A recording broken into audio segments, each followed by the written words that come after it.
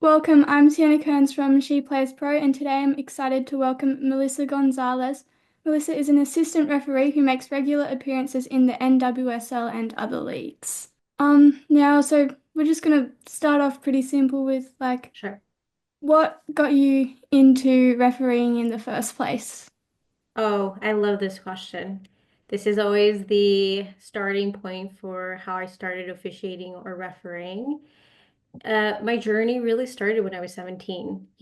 I was in high school and I was still playing at club at that level. And I remember I was at the soccer field and my teammate showed up and she had cash.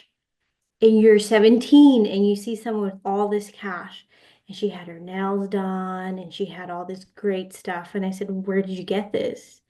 And she said, "Oh, I'm refereeing soccer games." And I said, "What is that?" "What do you mean you referee soccer games?" She's like, "I sign up for these courses and I'm that person in the middle of the field and I'm reffing soccer games." So she's the one that actually got me into refereeing. So I signed up for the courses. I didn't know what I was walking into. So I just really was going for cash. And that's how really my journey started. It wasn't like I want to be a pro referee or I strive to be this person. It really was about cash and just having that extra money at that time. That sounds quite similar to what I did earlier, like Yeah, last year.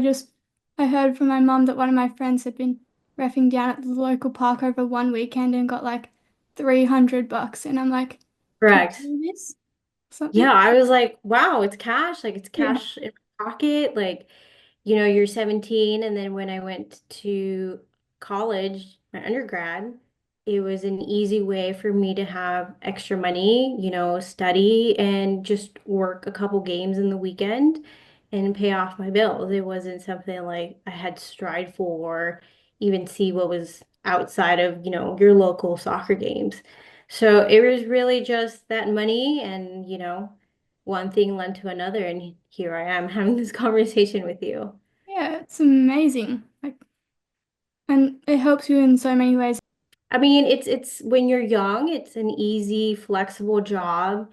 You kind of build your own schedule, you have that extra cash, it was convenient. It was exciting at that time to know that I could just ref a couple games, come with extra cash, pay my bills, or just do have some fun money, like fun money to go like buy, a new jersey or, makeup, whatever it was at that time. Like talking about experiences, what's one of the best experiences you've had during your career so far? Well, this dates back before pre-pandemic COVID. Yeah. There was an exchange program that U.S. Soccer had just started. It was a group of females that were selected, and I was actually sent to Prague.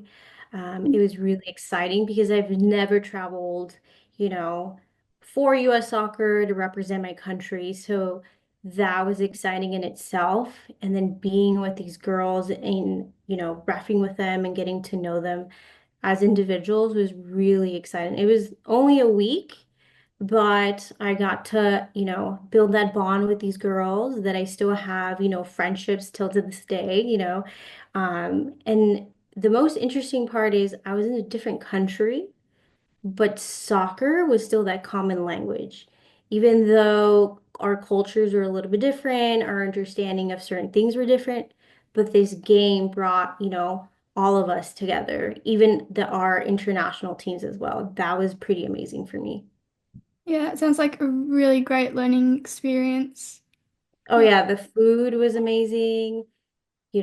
Just that whole tournament or the way it was laid out, it was really nice. It kind of inspired me to see what else I can do in my refereeing career. That sounds so fun. The next question I have, so how do you stay motivated during the off seasons? The off season is always crucial for me. It is a time that I really need to rest. So the past couple of year and a half or so, I really changed my environment. This is really where I change my environment as in the people I train with and the facility.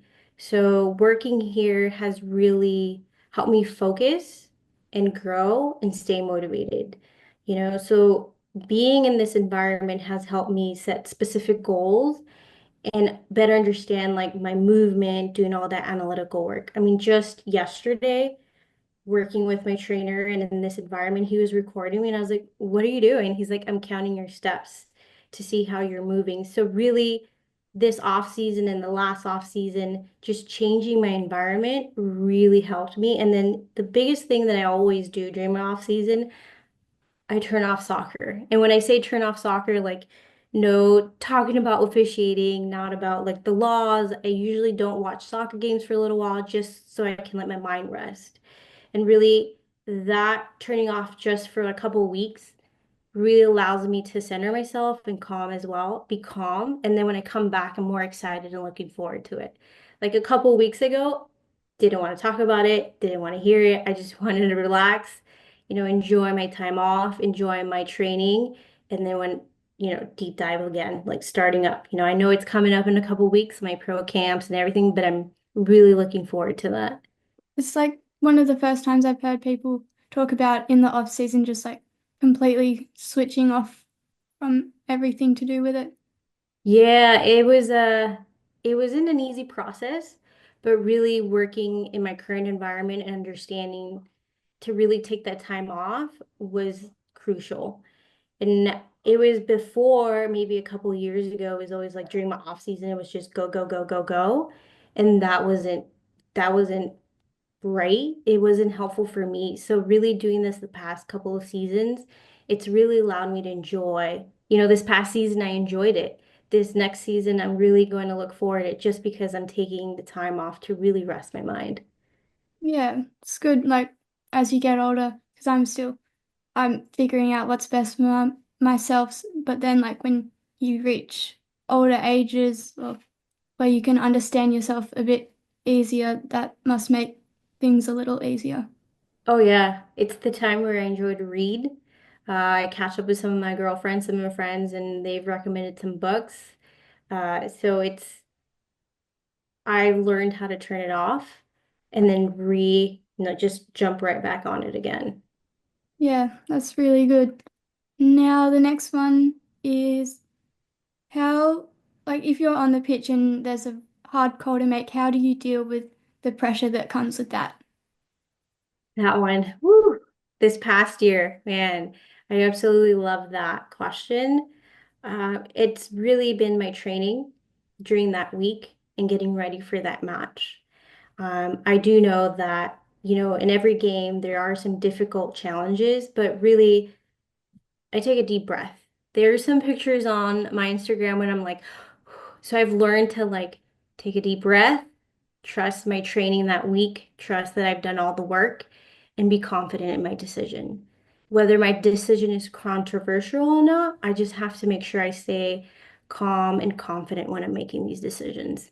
You know, when you're an official and you're on the line, you know when you make these mistakes, but you still have to show everyone in the stadium that you made the right call.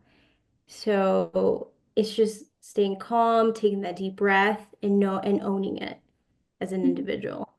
So confidence is a very important part of refereeing. Oh yeah, confidence is huge. It is huge in refereeing. They used to say fake it till you make it. I was like, what are they talking about? But really, like your body language is is essential. Your energy is key. Like players, coaches, your teammates can read off of your energy. Whether you make that difficult decision, but if they see that you're calm and confident, they'll go with you. They'll trust you. That sounds really important. Probably something that I need to work on being less hesitant when Yeah, own deciding it. things. Yeah. Yeah, own it. What do you think the most underrated thing about refereeing is, if there's anything? The most underrated thing about refereeing. So that goes twofold.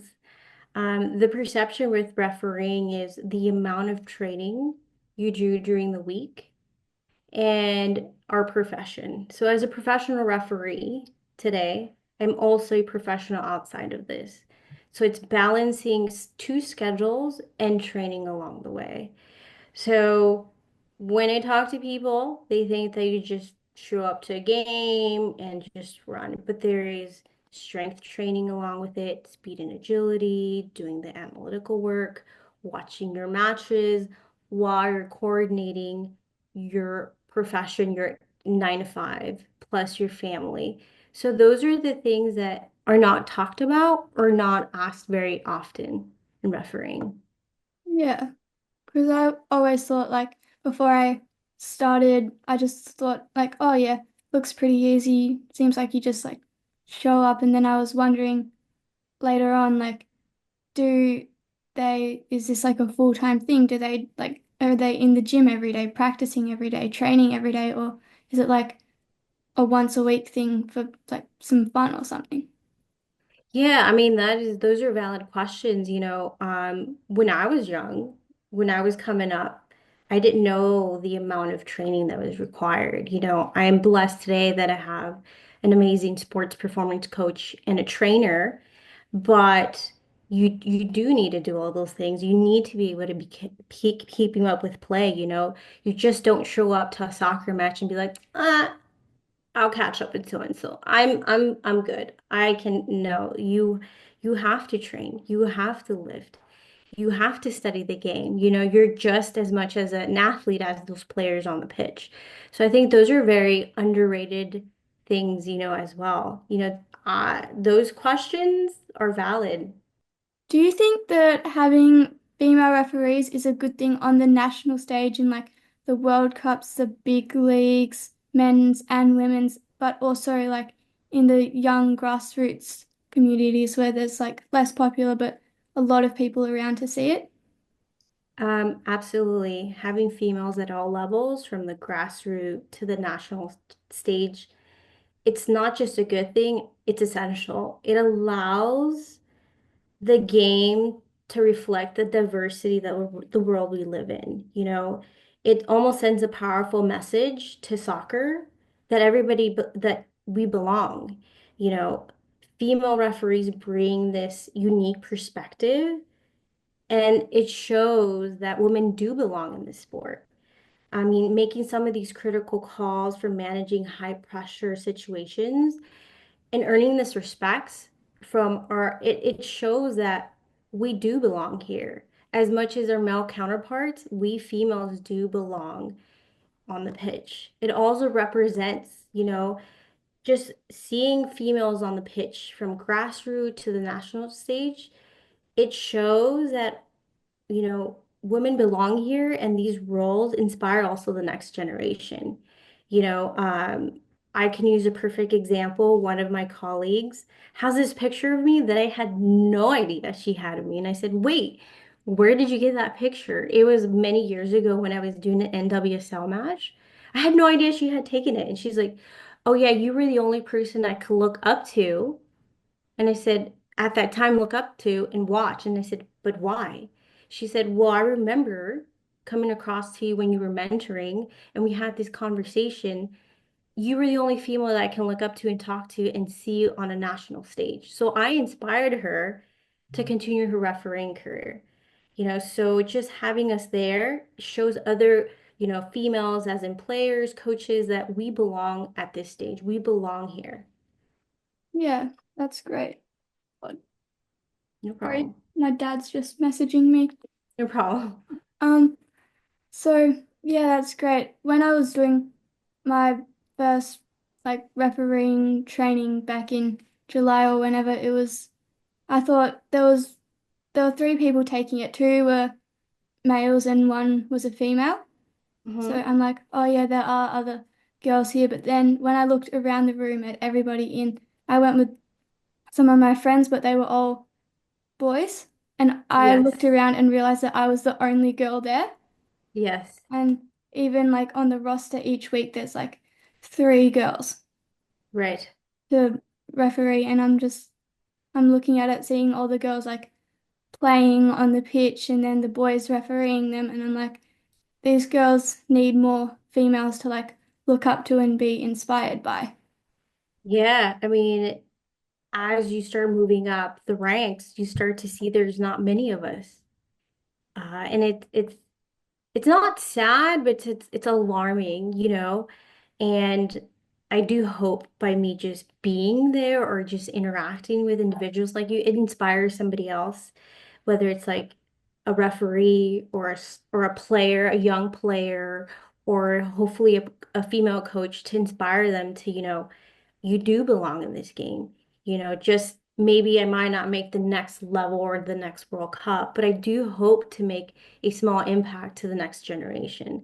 I do hope like there are more females coming up at all levels for this sport, whether it's coaching, refereeing. I would love to see more of this in general. Yeah. Because men have been around in the game for like years and years and years, but like you don't realize how long women have actually been involved with it. And like after the World Cup last year here in Australia, that like inspired a lot of people. And then I Hmm. remember watching the matches and seeing some like female referees, and I'm like, maybe that's something that I want to do. And now like Yeah. seeing you and talking to you, it's like making me more inspired even now. Yeah, I mean, I'm happy to hear that. That is always the goal, you know. Not every journey for all female referees is the same, but just by me, like just being there and being seen, I do hope to see more female referees on the pitch. Yeah. It's, and then once they get there, it's like makes you feel really good. Yeah, it does. I mean, this story of my colleague, I had no idea until we were working on a PowerPoint for our association here in our home state. And I had no idea. And I was like, really, I did that. And she's like, yeah, so I do hope, by me being out there, it inspires somebody else. Yeah. And now I got something a bit different for the next question. I decided Sure. to like I've got my little cards here. Yeah. So like there's a question on each one. Okay. They're kind of similar, but which question? We're Yellow, gonna with red card. red card? All Okay. right. So, how much growth have you seen in the women's game over the last 5 years? Oh wow. Being around NWSL, I've seen so much growth. Sellouts of stadiums, being in one of those in San Diego and just looking around and seeing how many people are showing up. Um, that has been amazing. Traveling to my soccer matches and watching a guy watch NWSL, that was amazing. The implementation of VAR, all these small changes in women's sport or female in general has been amazing. But I think the World Cup, just seeing how much interest was just mind blowing.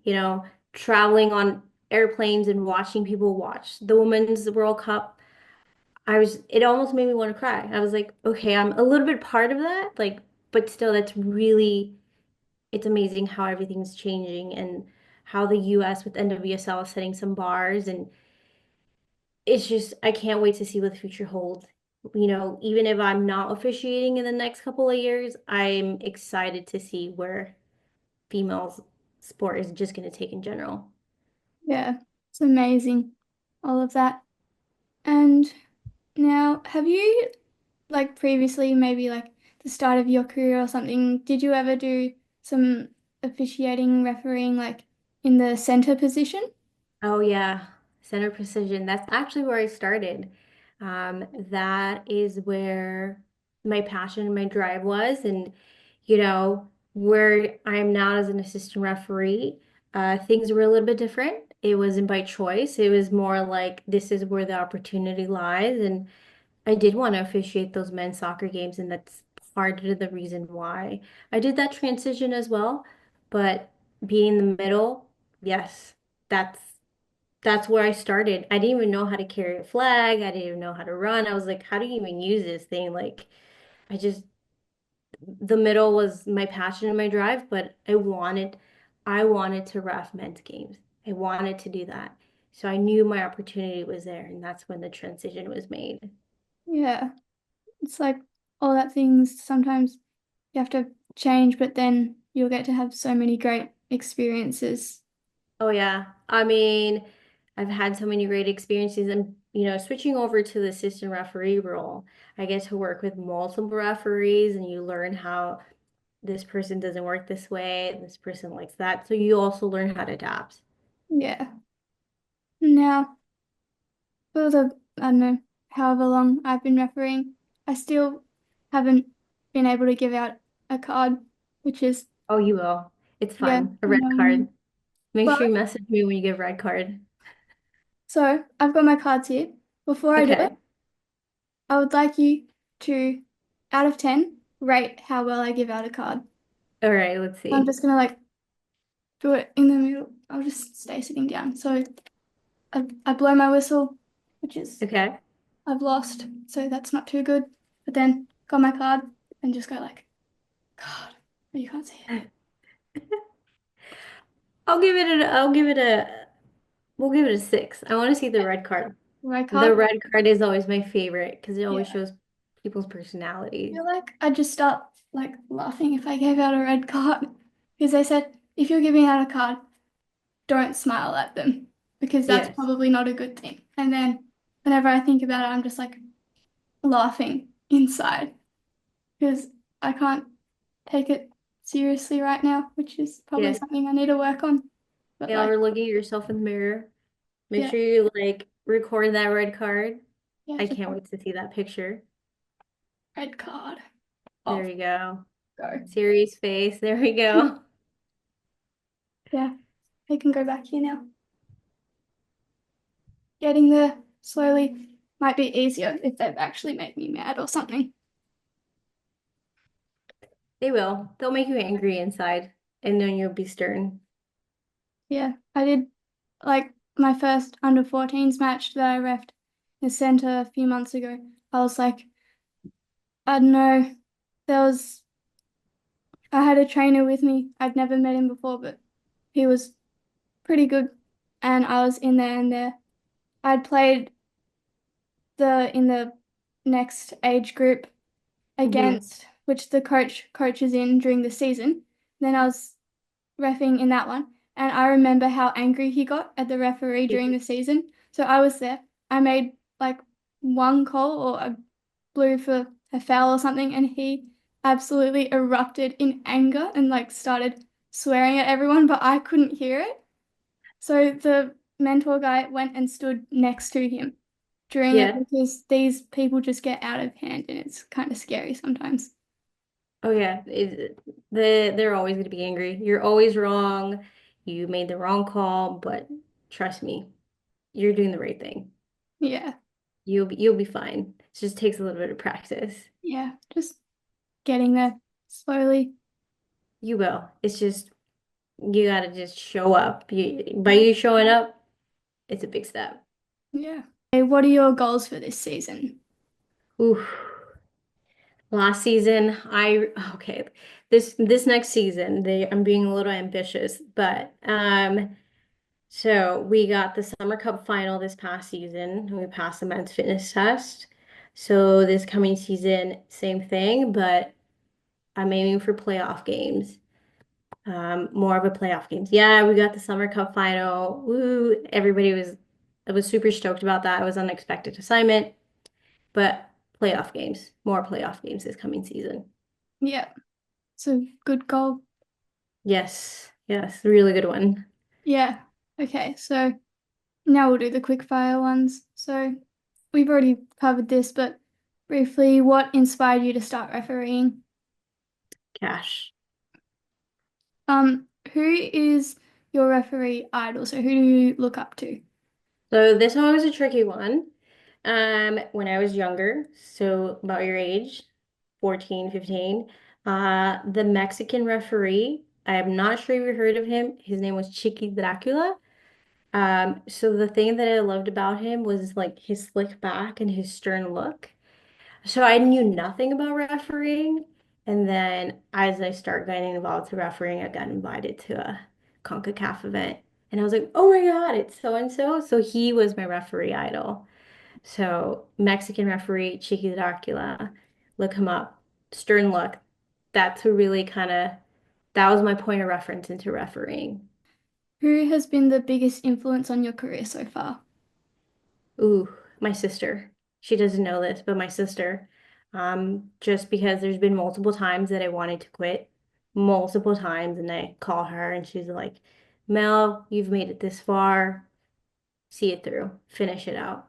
So she doesn't know she's kept me, alive and making sure I don't give up because I've come multiple those thoughts have come through my head multiple times and give her a call and she's the one, hey, keep Oh, going. that's lovely. What is your favorite travel destination? Portland, Portland. Yeah, Easy flight, beautiful place, the forest. I know a lot of people are like Portland, yeah, but Portland is very special to me, has had some really great memories, but that's been so far my favorite. yeah. Um, what has been your proudest moment as a ref?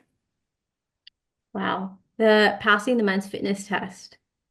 That has been one of my proudest moments. For many people, it could be X, Y, and Z, but for me, that's been a lot of trials and tribulations, a lot of failures, and never giving up, never stop believing in yourself. So passing it with some amazing scores really, you know, it just really solidified all of the hard work that I've put in every day.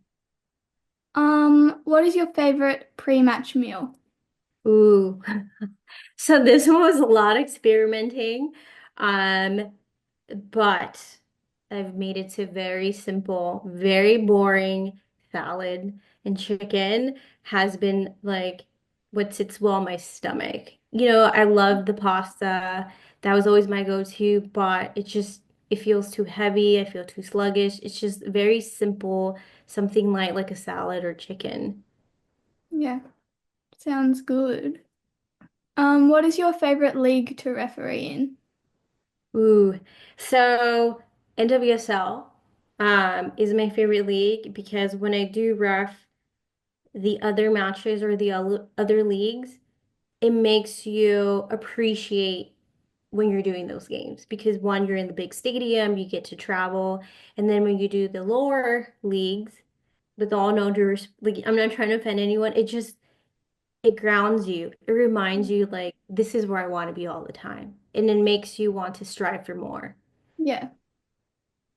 Um, so I'm not sure if you do have another career apart from refereeing, but if you weren't a referee, what career would you like to have? Ooh, so I do have another profession outside of refereeing. I'm an IT project manager. Um, but if I wasn't an IT project manager or if I wasn't a referee, I think I would have continued medical school and been a Yeah. doctor, Uh, knowing what I know now, I think that's where I would have continued my path. Yeah. Um, and what advice would you have for like young girls starting off their refereeing journey?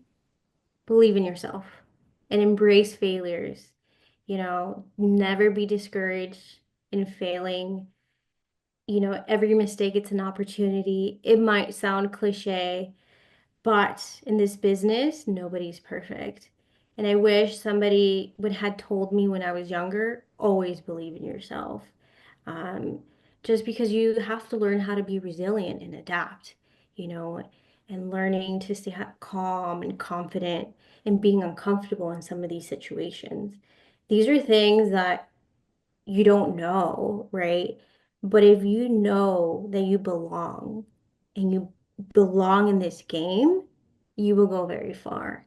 And you have to make sure you surround yourself with an amazing network of mentors, peers, people that really want to see you excel in this refereeing.